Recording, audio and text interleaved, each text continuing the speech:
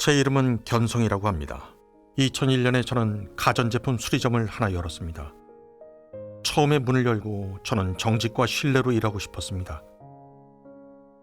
손님을 속여가며 비양심적인 방법으로 돈을 벌고 싶지는 않았습니다. 하지만 이렇게 한동안 바쁘게 일을 해도 가게는 현상 유지만 할 정도지 돈을 모으긴 힘들었습니다. 심지어 한 달 수입이 월급쟁이보다 적을 때도 있었습니다. 그러다 보니 아내는 늘 바가지를 긁었습니다. 이걸로 먹고 사는데 좀 팍팍 받고 그래야지 남 걱정할 때예요. 그래야 돈을 벌지 알아서 더 주는 사람이 어딨어요.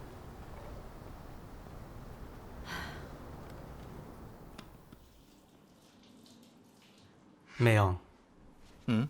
매영 그 기술 가지고 돈을 못 벌면 그건 매영 문제예요. 제 말 잘 들어요. 남 주머니에 들어있는 돈을 뺏거나 훔칠 순 없어요. 근데요, 그 주머니의 돈을 나한테 쓰게 만들어야 되는 거예요. 그게 능력이고 실력이죠. 기술이 있으면 그 기술을 좀 활용을 해야죠. 장사꾼이 남의 돈 벌어먹고 사는 거지. 지금은 머니 시대예요. 돈이면 귀신도 부려요. 돈이 만능은 아니지만 그거 없으면 사나요? 그래요. 남들은 기술이 없어서 힘들다는데 기술이 있어도 머리를 안 쓰니 걱정이죠. 너무 융통성이 없어요. 명아, 네 매형 좀 어떻게 해봐. 아내의 요즘 잔소리와 어떤 처남의 시대인데 이런 충고에 건지. 저는 깊은 생각에 빠지게 되었습니다. 그래, 처남 말도 일리가 있지. 기술을 가지고도 돈을 못 버는 건 내가 멍청한 거잖아. 하지만 손님에게 바가지를 씌우려니 또 양심에 걸렸습니다.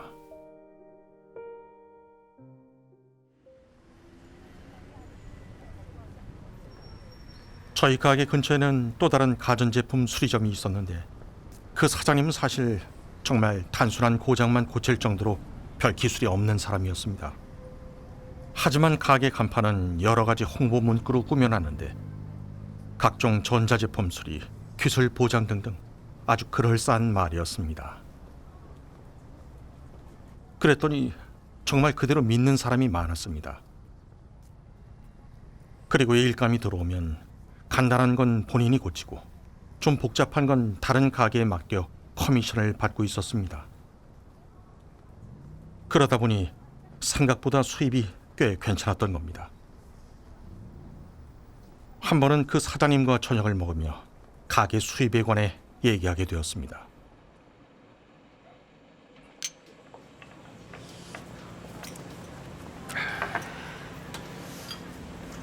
동생, 네, 우린 똑같은 일을 하는데 자네가 나보다 못 벌잖아. 왜 그런지 아나? 자네 TV 고압캠 문제면 그거 얼마나 받나? 간단한 거니까 2~30위안이면 되죠. 아휴, 2~30... 비즈니스는 그렇게 하면 안 되지. 그러니까 돈을 못 벌지. 자네가 착하니까 내 한 수 가르쳐 줄게. 나 같으면 아예 그거 통째로 교체해.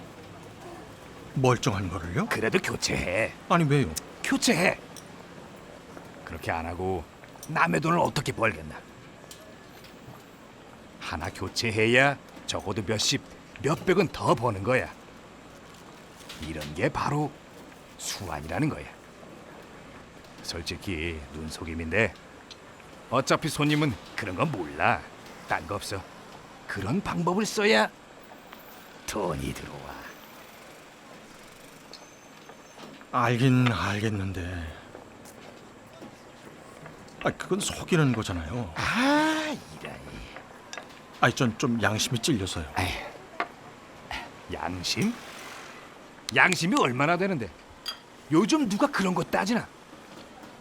양심이 밥 먹여줘? 아니 돈을 벌어줘?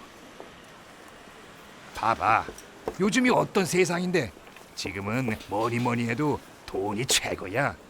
돈만 보고 달려야지.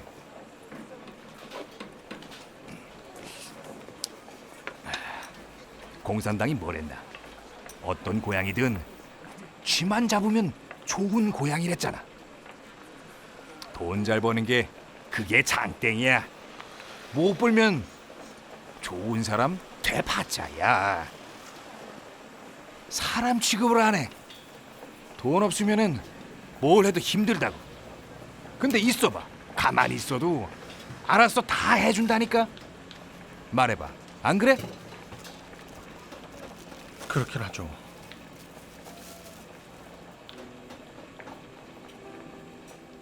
저는 사장님이 알려주는 방법을 듣고 또다시 생각에 잠겼습니다. 요즘 같은 세상에 다들 돈을 위해서는 신용을 저버리고 수단과 방법 가리지 않는데 나 혼자 아무리 정직하게 한다고 해서 뭐하나. 지금까지 착실하게 장사해 왔어도 나한테 남는 것도 없었잖아.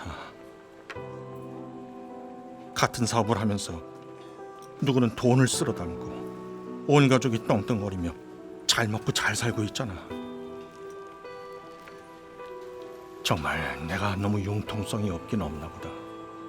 나도 가족을 위해서 돈 벌 방법을 좀 생각해 봐야겠어.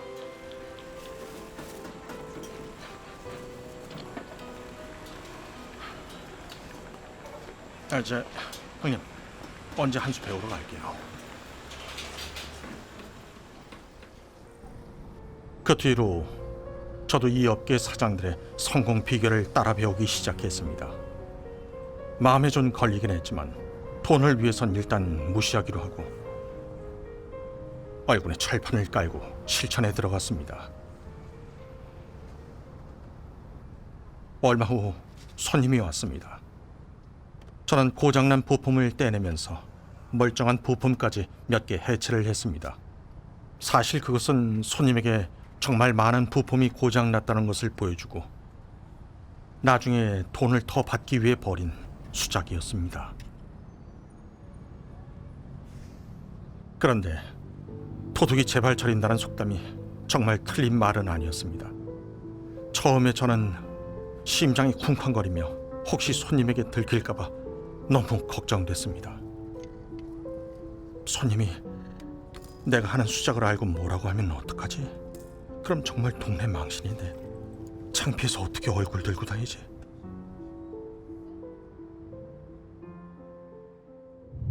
어차피 손님은 그런 거 몰라. 딴 거 없어. 그런 방법을 써야 돈이 들어와. 하지만 다시 침착하게 내색하지 않고 멀쩡한 부품까지 교체하고는 다 됐다고 했습니다. 손님이 저에게 얼마냐고 묻자 저는 예전처럼 마음이 약해져서는 안 되겠다는 생각에 마음을 독하게 먹고 원래 가격보다 훨씬 더 많이 불렀습니다. 그리고는 걱정이 됐습니다. 손님이 너무 많이 받는다고 뭐라고 하지 않을까? 손님이 흥정하려고 들면 많이 받을 수밖에 없는 이유를 대야지. 그래도 안 되면 뭐 조금 깎아주지 뭐. 그런데 뜻밖에도 손님은 아무 말 없이 부르는 대로 돈을 내고 갔습니다. 손님이 문을 나선 다음에야 저는 안도의 한숨을 내쉬었습니다.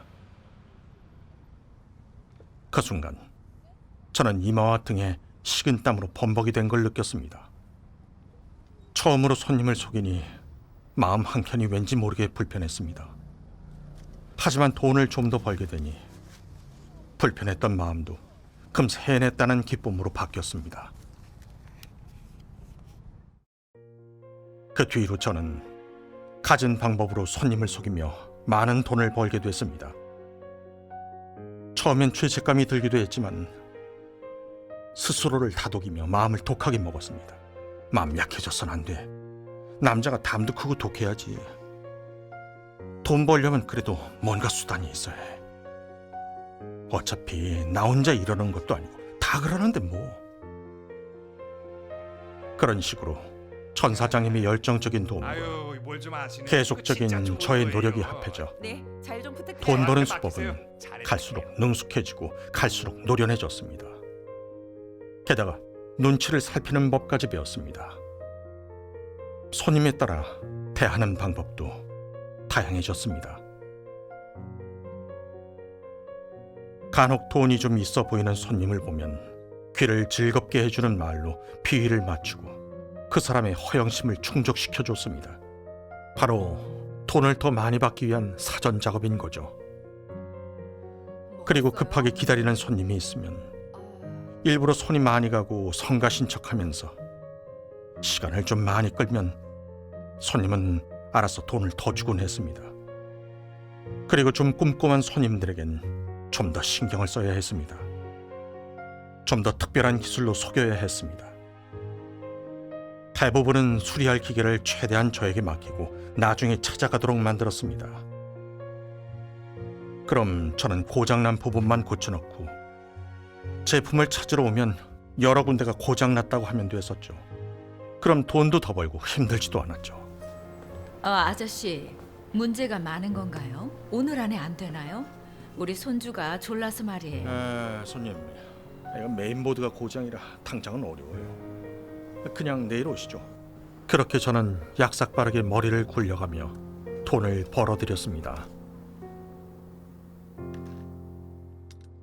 전보다 돈도 더 많이 벌고 생활도 넉넉해졌지만 더 행복해지거나 즐겁지는 않았습니다. 저는 제가 했던 비양심적이고 비겁한 짓들을 생각할 때면 괴로웠습니다. 게다가 불안하고 공허함이 밀려왔습니다. 그만해야지. 사람들 앞에서 더 이상 낯뜨거운 수작 그만 부려야지. 속담에 뿌린 대로 거둔다고 했는데 괜히 더 빠져들어 나중에 벌 받을지도 모른다는 생각도 들었습니다. 그러나 손쉽게 벌 수 있는 돈을 생각하면 쉽게 결단이 서질 않았습니다. 그렇게 제가 죄악의 늪에 점점 더 깊이 빠져들어가고 있을 때 하나님의 구원이 찾아왔습니다. 어느 날 누나가 복음을 전해주려고 집에 왔습니다.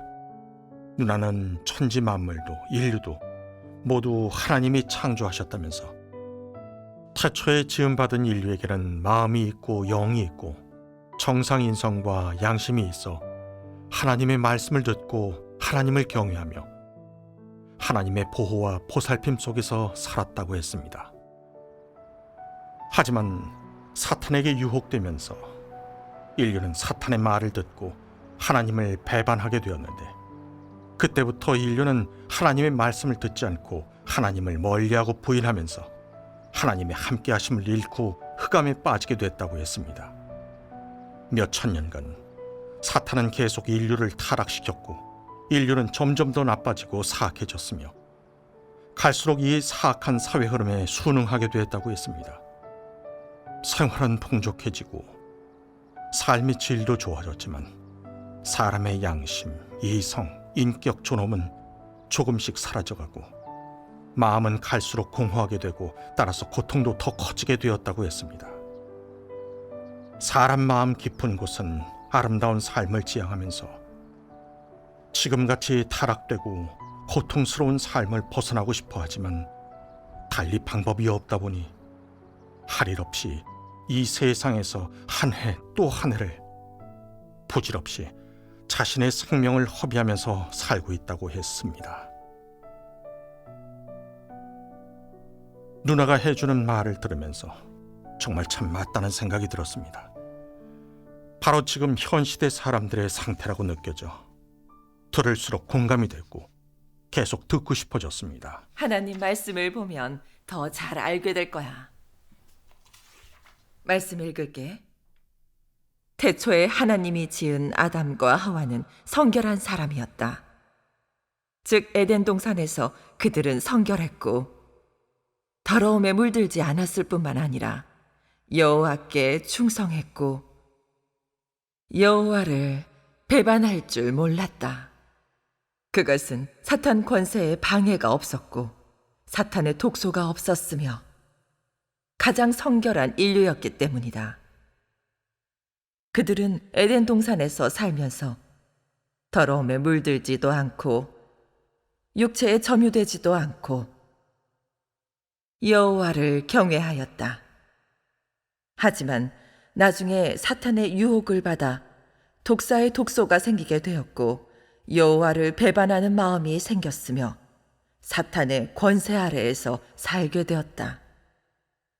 사람이 생각하는 것은 선하거나 거룩한 것이 없이 다 악하고 더러운 것이다. 이것은 사탄이 아닌가? 사탄은 국가 정부와 유명 인사나 위인의 영향과 교육으로 사람을 폐괴시키는데 그들의 허튼 소리가 사람의 생명이 되고 본성이 되었다. 자신을 위하지 않으면 천벌을 받는다는 말은 사탄의 명언인데 이미 모든 사람에게 침투되어 생명이 되었다. 그리고 처세 철학에서 온 말도 마찬가지다. 사탄은 각국의 아름다운 전통 문화라는 것으로 사람을 교육하여 인류를 치명적인 재난의 망망대해에 빠지게 하는데 결국 사람은 사탄을 섬긴 탓에 하나님을 대적해 하나님께 회멸된다. 누나, 말씀이 정말 좋네. 네, 이런 말씀은 정말 처음 들어봐요. 그래, 그럼 같이 말씀 낭송 영상 보자. 더 이해될 거야. 아, 그래. 사탄은 이 사회 조류로 사람을 한 걸음 한 걸음 악마의 소굴로 끌어가고 사람으로 하여금 사회 조류 가운데서 자신도 모르게 금전과 물질을 숭상하고 사악과 폭력을 숭상하게 한다. 그런 것들이 일단 사람의 마음에 들어가면 사람은 무엇으로 변하느냐? 곧 사탄 마귀로 변한다. 그 까닭은 사람의 심리적 동향이 무엇이기 때문이겠느냐? 사람이 무엇을 숭상하게 되었느냐? 사람은 사악과 폭력을 좋아하기 시작하였다.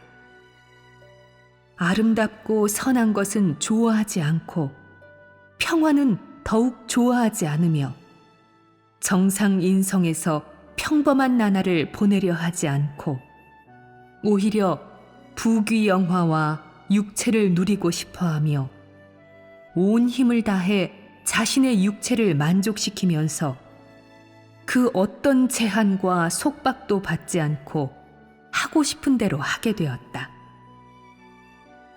이렇게 되어 사람은 갈수록 어떻게 되었느냐? 점점 더 사악해지고 교만해지며 점점 더 아나무인이 되고 이기적이 되고 악독해졌다. 사람 사이에는 인정이 사라졌고 가족 간에는 사랑이 없어졌으며 친척이나 친구 사이에도 이해가 없게 되었고 사람 사이에는 기만과 폭력으로 가득 차게 되었다. 사람마다 속이는 수단과 폭력적인 방식으로 사람들 가운데서 살려고 하고 거짓말과 기만에다 폭력까지 더하여 자신의 밥그릇을 차지하려고 하며 폭력적인 방식으로 자신의 지위를 빼앗으려고 하고 자신의 이익을 취하려고 하며 폭력적이고 사악한 방식으로 자신이 하고 싶어하는 일은 무엇이든 다 하려고 한다. 이런 인류가 매우 두렵지 않으냐?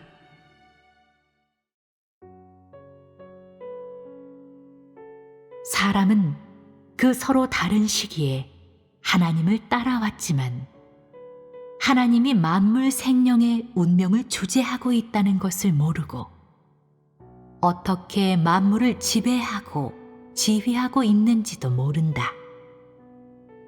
이것은 오늘날 그리고 이전의 사람들까지도 알지 못했던 것이다.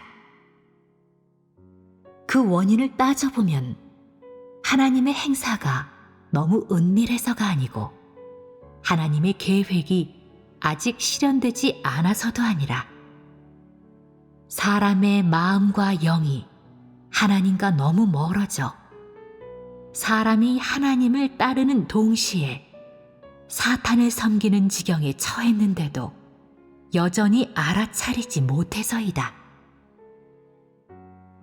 하나님의 발자취와 나타남을 주동적으로 찾는 사람은 없고 하나님의 보살핌과 보호 속에서 살아가려고 하는 사람도 없으며 사탄과 악한 자에게 잠식되어 이 세상에 적응하려 하고 이 사악한 인류의 생존 법칙에 적응하려 한다. 이 지경에 처해 사람의 마음과 영은 사탄에게 바치는 진상품과 사탄의 먹이가 되었고 더욱이 사탄이 오랫동안 머무는 곳이 되었으며 사탄의 당연한 놀이터로 되었다. 이리하여 사람은 자신도 모르는 사이에 사람됨의 도리를 더 이상 알지 못했고 사람의 생존 가치와 의의가 어디에 있는지 더 이상 알지 못하였다. 하나님의 율법과 하나님의 언약은 사람의 마음에서 점차 모호해져 사람은 더 이상 하나님을 찾지도 거들떠보지도 않았다. 오랜 세월이 흐르면서 사람은 더 이상 하나님이 사람을 만든 의의를 깨닫지 못하고 하나님 입에서 나온 말씀과 하나님에게서 온 모든 것을 깨닫지 못하여 하나님으로부터 온 율법과 법도를 저촉하기 시작했으며 사람의 마음과 영은 마비되었다. 하나님은 태초에 만든 사람을 잃게 되었고 사람 또한 원래의 뿌리를 잃게 되었다.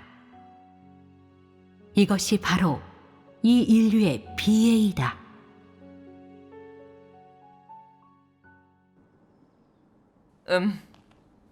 여기까지. 네. 말씀 보니까 사탄이 인류를 어떻게 타락시켰는지, 세상은 왜 이렇게 사악하고 어두운지 조금은 알겠지? 조금은. 조금요. 몇천 년간 사탄은 계속 무신론, 진화론, 유물론 같은 사설로 인류를 미혹하고 해치면서 인류가 마왕과 위인을 숭배하게 만들었고 그들의 그릇된 사설로 살게 만들었어. 그릇된 사설이요? 세상에서 흔히 말하는 세상에 신은 없다. 어디에도 구세주가 없다. 운명은 자기 손에 달렸다. 자기부터 챙겨라. 또 돈이면 귀신도 부린다. 돈에 죽고 돈에 산다. 사나이라면 독해야 한다 등등. 인류는 그런 그릇된 사설을 받아들이면서 하나님의 주제를 부인하고 하나님도 부인하면서 다 너무 교만해지고 독선적이고 이기적이고 간교하고 탐욕스럽고 돈과 권세를 숭상하며 돈 앞에선 성도 바꾸는 세상이 됐어. 다 돈의 노예가 돼버렸지.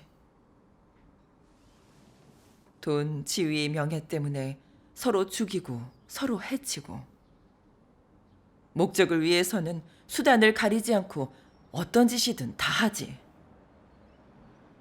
이젠 부모 자녀 간에 부부 사이에도 서로 속이고 배신하면서 다 사탄의 타락 성정으로 살기만 해. 양심과 이성을 따지지 않고 정직함을 따지는 사람이 없어. 사회 전체가 문란하고 도덕을 잃고 사악해졌어. 봐봐, 이렇게 어두운 세상에 사는데 진정한 행복이 있겠니? 기쁨이 있겠니? 없죠. 하나님을 떠나면 인류는 행복할 수 없어. 사탄에게 미혹되고 짓밟히기만 하지. 그게 인류가 고통스럽게 사는 근원이야. 맞아. 하나님이 사람을 구원하러 오셔서 인류를 정결케 하고 구원하는 진리를 주셨어. 우리가 하나님 역사를 받아들이고 날마다 말씀을 보며 진리를 깨닫게 돼. 또 인류를 타락시키는 사탄 괴계를 간파하니 더는 미혹 안 되겠지. 게다가 하나님 말씀으로 산다면 사탄의 괴롭힘에서 벗어나 바른 인생을 살게 되고 하나님의 축복을 받게 돼. 그게 진짜 행복한 인생이지. 그럼 정말 행복할 것 같아. 그럼 누나, 하나님 말씀 보고 누나 말 들으니까 형님. 정말 너무 좋다.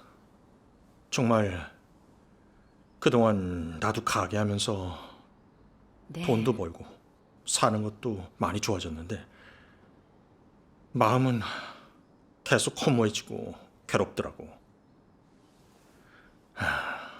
전부 하나님 안 믿고 사탄의 법칙으로 살아서 그런 거였네. 처음에 가게 열었을 때는 양심적으로 돈을 벌겠다는 생각은 지켰는데 결국 세상 흘러가는 대로 따라 살다 보니까 어느샌가 양심으론 돈 벌기 힘들더라고. 부자는 꿈도 못 꾸고. 그러다 보니 자기부터 생각하자는 말, 수단 없으면 돈 못 번다는 말, 그리고 남자는 독해야 산다는 생존법을 인정하게 되더라고. 그러니 나도 조금씩 양심을 버리게 되고 사람됨의 원칙도 버리게 됐지. 지금은 돈은 벌었는데 내가 했던 부도덕하고 비열한 짓을 생각하면 영 마음이 불안해. 누나, 이렇게 살면 참 힘들어. 이제 깨달았어. 이게 다 사탄이 날 해친 거였어. 맞아. 전능하신 하나님이 인류가 타락된 근원을 안 밝혀주셨다면 나도 사탄에게 타락된 사실을 몰랐을 거야. 맞아. 그럼 우리 하나님 말씀 하나 더 보자. 그럼 확실히 더 잘 알게 될 거야.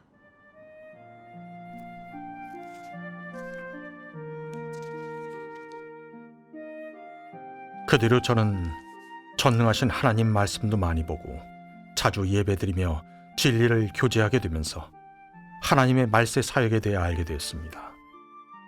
이번 단계 사역은 예수님의 구속 사역의 기초에서 시작된 더 높아진 사역인 걸 깨달았습니다. 은혜 시대에 예수님은 구속 사역으로 우리의 죄를 사해만 주셨지 말세에 인류를 정결케 하고 구원하는 사역은 하지 않으신 거죠. 전능하신 하나님은 오셔서 인류가 정결케 되고 구원받게 되는 모든 진리를 주셨고 인류의 타락된 실체와 본성을 드러내고 타락된 성정을 변화시켜서 사람을 사탄의 권세에서 구원해 하나님의 나라로 데리고 가는 사역을 하셨습니다. 이런 진리를 알게 되면서 저는 꼭 전능하신 하나님을 따라 진리를 잘 추구하고 성정 변화를 추구해 진정한 사람의 모습을 찾아 하나님을 기쁘게 해드리겠다고 다짐하게 되었습니다. 전능하신 하나님이 말씀하셨습니다. 너희는 하나님이 좋아하는 사람은 정직한 사람이라는 것을 알아야 한다. 하나님에게는 신실한 실질이 있으므로 그가 하는 말씀은 본래부터 믿었고 그의 행사는 더욱더 사람이 흠잡거나 의심할 만한 것이 없다. 그러므로 하나님은 자신에게 절대적으로 정직한 자를 좋아한다. 정직이란 마음을 하나님께 맡기고 매사에 그에게 거짓을 꾸미지 않으며 어떤 일이든 다 털어놓고 사실을 숨기지 않으며 사람들을 기만하지 않으며 하나님의 환심만 사려고 하는 일을 하지 않는 것이다. 결론적으로 정직이란 이라고 말할 때 불순물이 없고 하나님과 사람을 기만하지 않는 것이다. 정상 사람의 언행이 있다는 것은 말할 때 조리가 있고 옳으면 옳다, 아니면 아니다라고 하며 말이 사실과 부합되고 매우 적절하며 기만하지 않고 거짓말하지 않는 것이다. 형제님, 읽어주세요. 예. 내 나라에는 정직하고 가식적이지 않고 간사하지 않은 자를 원한다. 세상에는 충실하고 착한 자들이 설 곳이 없지 않더냐. 나는 그들과 반대이니 정직한 자는 내게 오면 된다. 나는 그런 사람을 기뻐하고 그런 사람이 필요하다. 이것이 나의 공의이다. 앞에서 이런 수작을 부리고 뒤에서 저런 수작을 부리는 괴사한 자는 온전케 되기를 원치 않는 자이며 다 침륜과 멸망의 자식이며 사탄에게 속한 자이지 하나님께 속한 자가 아니다. 하나님이 택하는 자는 그런 사람이 아니다. 다음은 제가 읽을게요. 아, 네. 한 사람의 운명이 어떨지의 관건은 그 사람에게 정직하고도 뜨거운 마음이 있는지에 달렸고 순결한 영혼이 있는지에 달렸다. 내가 매우 정직하지 못한 사람이고 마음이 매우 악독한 사람이고 더러운 영혼이 있는 사람이라면 너의 운명에 대한 기록은 틀림없이 징벌받는 곳으로 되어 있을 것이다. 너는 자신이 매우 정직하다고 하면서도 진리에 부합되는 일을 하지 않고 솔직한 말을 한마디도 하지 않는데 그래도 하나님이 상 주기를 바라는가? 하나님이 너를 눈동자처럼 여겨주기를 바라는가? 너무 비현실적인 생각이 아닌가? 내가 매사에서 하나님을 기만하는데도 하나님 집에서 너같이 버릇 나쁜 사람을 용납하겠는가? 하나님은 왜 정직한 사람이 되라고 하실까요? 네. 두 분은 혹시 아세요? 알려주시겠어요? 네. 하나님 말씀에 분명하게 있어요. 읽을게요. 자. 하나님에게는 신실한 실질이 있으므로 그가 하는 말씀은 본래부터 믿었고 그의 행사는 더욱더 사람이 흠잡거나 의심할 만한 것이 없다. 그러므로 하나님은 자신에게 절대적으로 정직한 자를 좋아한다. 하나님은 신실하셔서 정직한 자를 기뻐하고 간사한 자는 미워하세요. 하나님 역사와 말씀에서 볼 수 있죠. 하나님의 말씀은 다 마음에서 우러난 말씀, 솔직한 말씀이에요. 하나님의 역사도 너무나 진실하시죠. 사람에게도 진심과 성의로 대하시며 거짓이 전혀 없으시죠.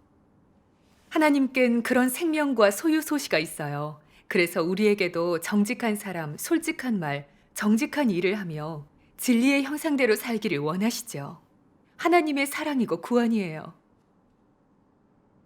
맞아요. 예수님이 그러셨죠. 진실로 너희에게 이르노니 너희가 돌이켜 어린아이들과 같이 되지 아니하면 결단코 천국에 들어가지 못하리라. 어린아이요? 어린아이처럼 순수하란 말씀이야. 네. 두려워하는 자들과 믿지 아니하는 자들과 거짓말하는 모든 자들은 불과 유황으로 타는 못에 던져지리니 이것이 둘째 사망이라. 전능하신 하나님도 나는 내 원수와 사악한 냄새를 띠고 사탄의 형체를 가진 자를 내 나라와 다음 시대로 데려갈 수 없기 때문이다 라고 하셨죠. 형제님, 자매님, 말씀을 통해서 정직한 사람이 되는 게 참 중요하다는 걸 보셨죠? 이건 우리의 결말과 귀착지에 관련돼요. 하나님은 거룩과 공의시라 정직한 사람을 원하세요. 항상 거짓으로 사기치고 사탄 성정과 대적의 본성을 가진 자들은 회멸의 대상이에요. 하나님은 간사하고 불의한 사탄의 보류를 하나님 나라에 들이지 않으세요. 그래서 구원받아 하나님 나라에 가려면 말씀의 심판을 받아들이고 진리를 추구해 사탄의 타락 성정을 벗고 정직한 사람이 돼야 해요. 그게 유일한 구원의 길이에요. 네. 하나님 말씀에 정직한 사람의 의의와 실행의 길을 다 분명하게 알려주셨죠. 저도 지난 날을 돌아보면 다 사탄의 처세 철학으로 살았어요. 남을 속이고도 느낌이 없고 사람됨의 기본을 몰랐죠. 이익과 명예만을 위해 살면서 어떤 일이 닥쳐도 먼저 생각하는 건 제 이익이었어요. 사람을 사귀어도 이익부터 보는 사탄 법칙을 따랐죠. 대부분 자신의 이익을 위해 속이고 간교하게 살면서 말을 해도 항상 속셈과 목적이 있었어요. 겉으로 좋은 말을 해도 속으론 경계하고 이용할 생각을 했어요. 생각해보면 사람은 가면을 쓰고 살고 있어요. 서로 속을 모르잖아요. 거기다 가족끼리도 서로 이용하고 속이니 믿을 사람이 없죠. 정말 그래요. 성경에도 만물보다 거짓되고 심히 부패한 것은 마음이라 누가 능히 이를 알겠냐고 했죠. 봐요. 그렇게 살면 사람의 모양이 조금이라도 있겠어요? 없죠. 정말 없죠. 맞아요. 성경에 그랬죠. 마귀는 처음부터 거짓말을 했으니 거짓말을 하면 마귀라고. 그럼 우리처럼 계속 거짓말하면 마귀가 아니고 뭐겠어요? 저도 왜 계속 거짓말을 하는지 나중에 가만히 반성을 해보게 됐어요. 맞아요. 왜 그렇죠? 바로 우리 속에 거짓말하는 본성이 있어서죠. 그래서 생각과 다르게 안 하려고 해도 잘 안 돼요. 그 사탄의 본성이 이미 우리 속에 뿌리를 내렸으니까요. 사람 혼자 능력으로 억제를 해선 안 통해요. 안 되죠. 맞아요. 그럼 그걸 어떻게 해결하고 정직한 사람이 될 수 있죠? 그거라면 하나님 말씀에 벌써 다 길을 주셨어요. 하나님의 심판 형벌을 받아야 간사하고 거짓말하는 본성이 철저히 정결해져요. 그래야 근본적인 문제를 해결할 수 있는 것이죠. 그렇게 심판 형벌을 겪어야 진짜 정직한 사람이 될 수 있어요. 이렇게 길을 주셨어요. 이제 다 알잖아요. 정직한 사람이 진정한 사람이에요. 그래야 하나님 뜻에 맞고 축복받아요. 정직한 사람이 되라고 하셨으니 마음을 하나님께 맡기는 게 중요해요. 하나님을 위해 살며 실생활에서 거짓 없이 진실하게 살고 뭘 해도 있는 그대로 말해야 돼요. 그래야 떳떳하고 편하고 행복하고 즐겁고 인격과 존엄이 있고 하나님의 칭찬을 받죠. 하나님의 심판을 받게 되니 확실히 변화가 생겼어요. 정직한 사람이 돼가고 있죠. 다 하나님 역사의 능력이에요. 아멘. 진정한 인생길을 주신 전능하신 하나님께 감사해요. 정직함이 진짜 사람이 갈 길이라는 걸 알았어요. 하나님 말씀과 자매님 교제를 통해 정직한 사람으로 사는 게 너무나 의의 있다는 걸 깨달았습니다. 정직한 사람이야말로 진정한 사람입니다. 그 뒤로 예배에 가면 형제 자매들은 항상 마음을 열어 진심을 나누며 타락 성정을 나타낸 일, 거짓말하고 하나님을 거역하고 속였던 일, 또 하나님의 심판과 징계를 받은 체험을 서로 나누었습니다. 또 다른 사람에게 상처를 주는 형제 자매가 있으면 서로 하나님 말씀으로 문제의 근원과 하나님의 뜻을 교제해 주면서 실행의 원칙과 길을 찾아주었습니다. 저는 그런 삶에서 자유를 찾았습니다. 사람 사이에 숨기는 것이 없고 속이지도 않고 누군가 날 해칠까 경계하거나 걱정할 필요가 없었죠. 교회에서는 정직한 사람으로 살수록 존중받고 신망을 얻었습니다. 간혹 간사하고 거짓말을 하면서 회개하지 않고 교회 생활을 방해하면 하나님 백성에게 버림받고 교회에서 쫓겨났습니다. 정말 세상과는 차이가 많았죠. 세상에선 정직하고 온순한 사람들은 항상 배척당하고 수단이 좋고 음흉한 사람은 형통했습니다. 세상은 간교하고 계략이 많을수록 부자가 되고 고위직이 않는데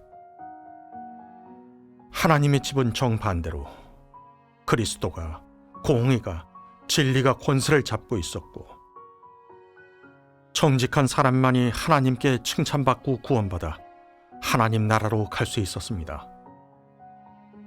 저는 하나님께서 정직한 사람을 기뻐하시는 걸 알았으니 마음을 하나님께 맡겨 하나님의 감찰을 받으며 사람도 속이지 않고 하나님도 속이지 않으며 하나님이 원하시는 대로 정직한 사람이 되리라 다짐했습니다. 그게 하나님의 칭찬을 받는 길이니까요.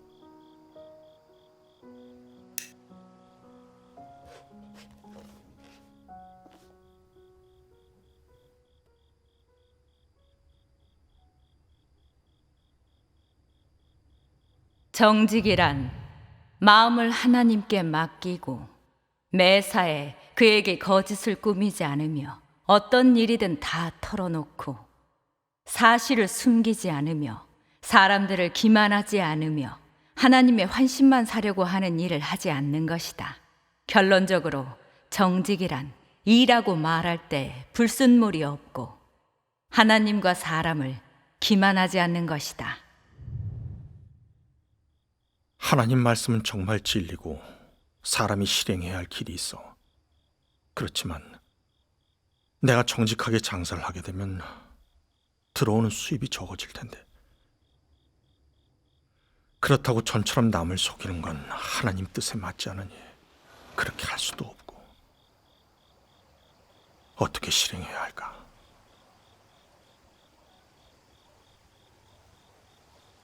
그냥 절충하고 말까? 사람들과 지낼 때는 정직한 사람으로 살고 장사할 때는 원래 하던 대로 하지 뭐.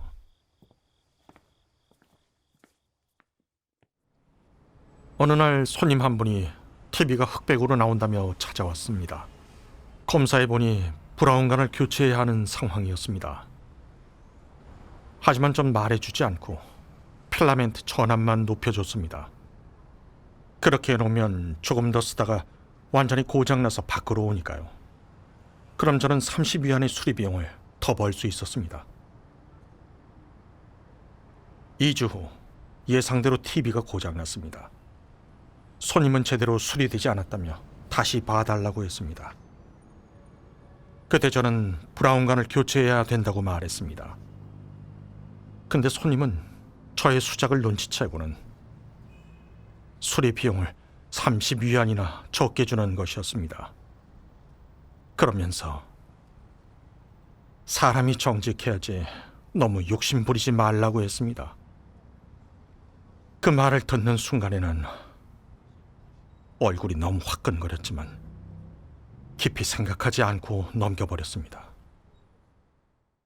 얼마 후 전자레인지를 고치러 손님이 왔습니다.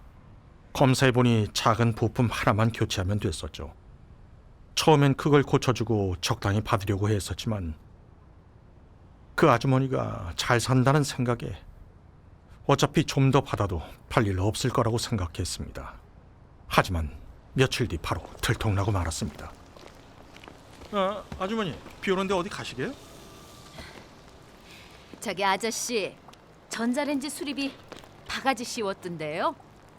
사람이 양심이 있어야지. 하늘이 지켜보고 있어요. 할머니 가자. 그래 가자 빨리. 가자.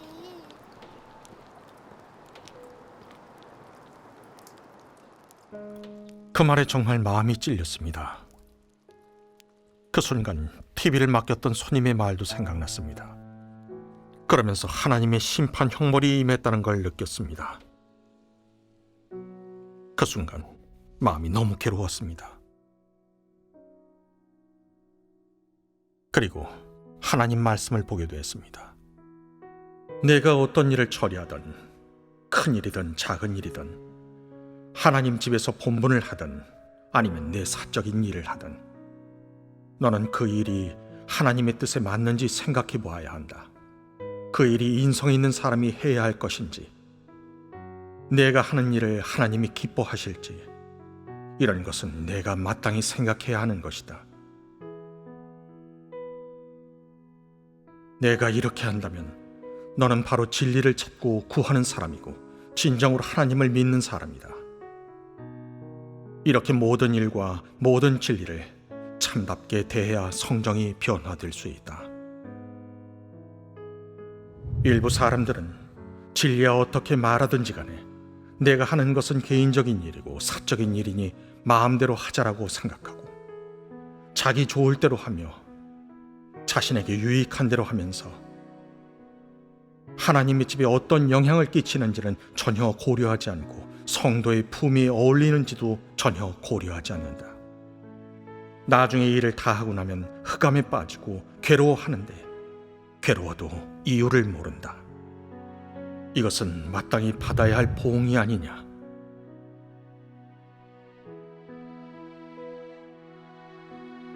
하나님께 인정받지 못하는 일을 하였다면 너는 하나님께 죄를 지은 것이다. 사람이 진리를 사랑하지 않고 늘 자기 뜻대로 한다면 자주 하나님께 죄를 짓게 된다. 이런 사람이 이 일을 하면 항상 하나님께 인정받지 못한다. 만약 뉘우칠 줄 모른다면 징벌받을 날이 멀지 않았다.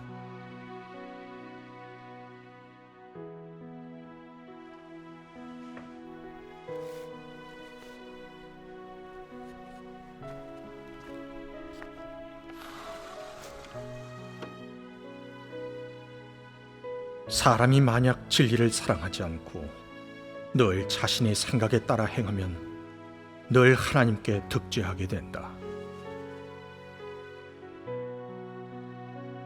너는 이 일을 할 때마다 자신의 속마음이 올바른지를 검사해야 한다. 만약 하나님의 요구대로 할 수 있다면 하나님과의 관계가 정상이다. 이것은 최저 기준이다. 네가 자신의 속마음을 살펴보는 것을 통해 올바르지 않은 속셈이 나올 때 그것을 배반할 수 있을 뿐만 아니라 하나님의 말씀대로 행할 수 있다면 너는 하나님 앞에서 올바른 사람이 된 것이다. 이는 너와 하나님과의 관계가 이미 정상이 되었고 네가 하는 모든 것이 다 하나님을 위한 것이지 자신을 위한 것이 아님을 설명한다. 이 일을 할 때마다, 말을 할 때마다 마음을 올바르게 하고 일을 공정하게 처리하며 감정과 자신의 뜻에 따라 일 처리하지 않는다. 이것은 하나님을 믿는 사람이 일 처리하는 원칙이다. 말씀을 보면서 하나님은 정말 다 보고 계신다는 걸 느꼈습니다. 전체의 생각을 누구와도 말한 적이 없었지만 하나님 말씀 앞에서 아주 적나라하게 다 드러났습니다.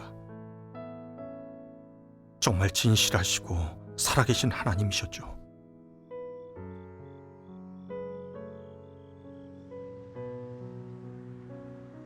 하나님 말씀에서 마음을 하나님께 드리고 모든 진리를 진지하게 대해야 하고 하나님 집의 일이든 사적인 일이든 다 하나님의 요구대로 행해야 하고 실행하는 과정에서 잘못된 마음을 버리고 진리를 실행해야 하나님 뜻에 맞다는 걸 깨달았습니다. 하지만 저는 실제로는 상황을 골라가며 진리를 실행했습니다. 저는 교회에서 정직한 사람이 되면 하나님도 형제 자매도 기뻐하니 그렇게 살려고 했지만 장사를 할 땐 정직하게 하면 수입이 줄어들고 손해를 볼 것 같아 그렇게 하기 싫었습니다. 저는 항상 제 자신의 득실만 따지면서 진리와 하나님의 뜻과 요구는 한쪽에 버려두고 제가 내키는 대로 하고 싶었습니다. 나도 하나님을 믿는 사람인가? 불신자와 무슨 차이가 있지? 하나님은 거룩하고 공의로우시기에 저를 정결케 하고 구원하시려고 손님을 통해 제 잘못을 드러내 주시고 꾸짖으셨습니다. 그 일을 계기로 저의 간사한 본성을 보게 됐고 모든 일에서 하나님의 감찰을 받지 않고 하나님과 사람을 속이며 하나님이 미워하는 일을 하고 있다는 걸 알게 되었습니다. 하나님은 그런 환경으로 절 책망하시면서 저의 타락된 본성과 하나님에 대한 인식을 갖게 해주셨습니다. 너무도 진실한 하나님의 구원이었습니다. 전능하신 하나님, 제가 당신을 믿음에도 마음에 당신의 자리가 없고 당신의 말씀을 행하지 않으면서 사탄의 법칙으로 살고 있었습니다. 하나님, 회개합니다. 이제부터 정직한 사람이 되도록 노력하겠습니다. 어떤 일에서든 당신의 말씀대로 행하겠습니다. 하나님, 저를 지켜봐 주시고 이끌어 주세요.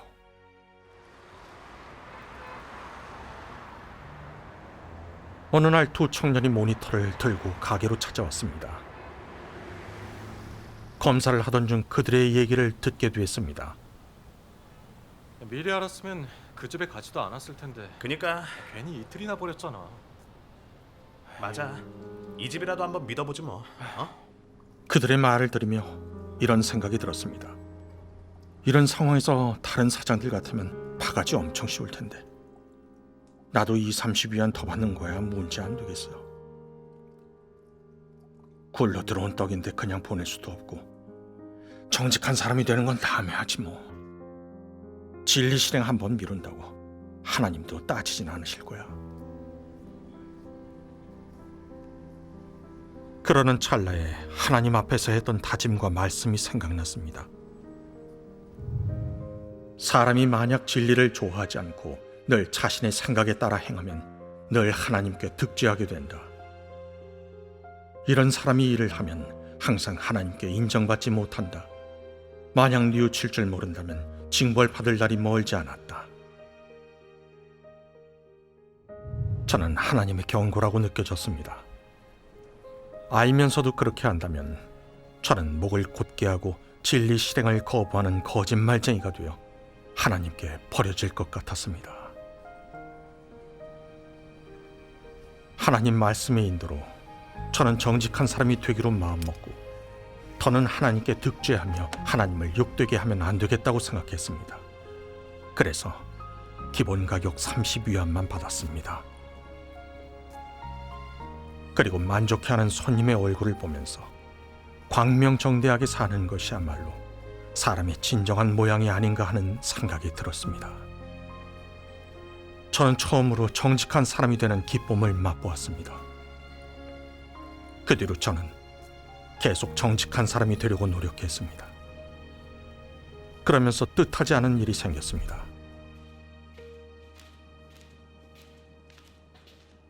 아저씨, 예. 이거 마셔요. 예. 이따가 마실게요. 네. 감사합니다. 여기 둘게요. 예.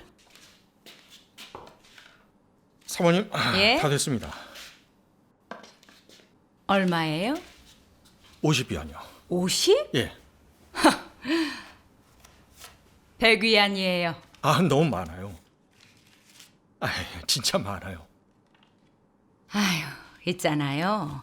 솔직히 이틀 전에 다른 기사님 불러서 했는데 그분이 뭐가 타서 교체해야 된다고 글쎄 400위안에 다 바꿔주겠대요.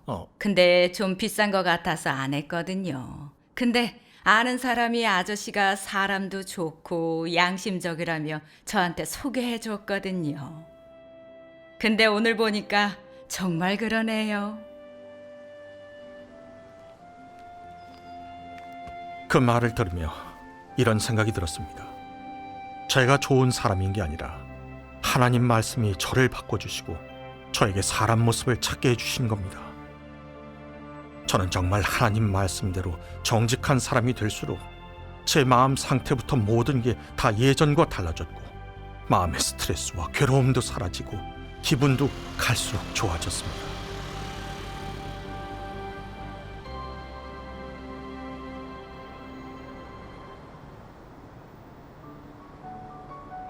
어느덧 전능하신 하나님을 믿은 지 4년이 지났습니다. 저는 많은 일들을 체험하면서 정직한 사람됨의 가치와 의의를 알게 됐습니다. 하나님을 믿던 초창기에는 사업에선 정직이 절대 통하지 않을 거라고 생각했었습니다. 사업에서 정직하면 돈을 벌기는커녕 손해만 볼 거라고 생각도 했었는데 말씀의 심판 형벌을 경험하면서 하나님의 뜻을 알고 정직하게 살려고 할 때 적자가 나지도 않았거니와 반대로 손님이 전보다 늘어났습니다. 심지어는 정말 먼 곳에서 오는 손님들도 있었는데 입소문으로 오는 사람들이었습니다. 저는 하나님이 원하시는 대로 정직한 사람이 되기를 추구하고 양심껏 성의를 다하며 손님을 속이지 않은 것밖에 없는데 손님들의 신뢰를 얻게 되었습니다. 다 하나님의 축복이었습니다. 하나님 말씀을 보게 됐습니다. 사람이 이 세상에서 살고 사탄의 패괴 권세 아래에 살고 있으면 정직한 사람일 수가 없다. 하지만 우리가 정직한 사람이 된다면 이 사회에서, 이 세상에서 살아갈 수 없겠느냐? 그들에게 격리당하겠느냐? 그렇지 않겠지? 마찬가지로 살아간다.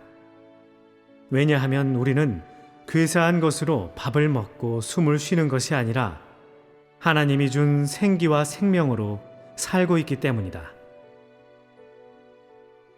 우리는 단지 지금 우리의 생존 법칙과 생존 방향과 목표, 생명의 토대를 바꾸려고 하는 것일 뿐, 단지 하나님을 만족해 하고 구원받기를 추구하기 위해 다른 방식으로 바꾸어 살려고 하는 것일 뿐, 육체에 먹고 입고 거하는 것과는 전혀 관계가 없다.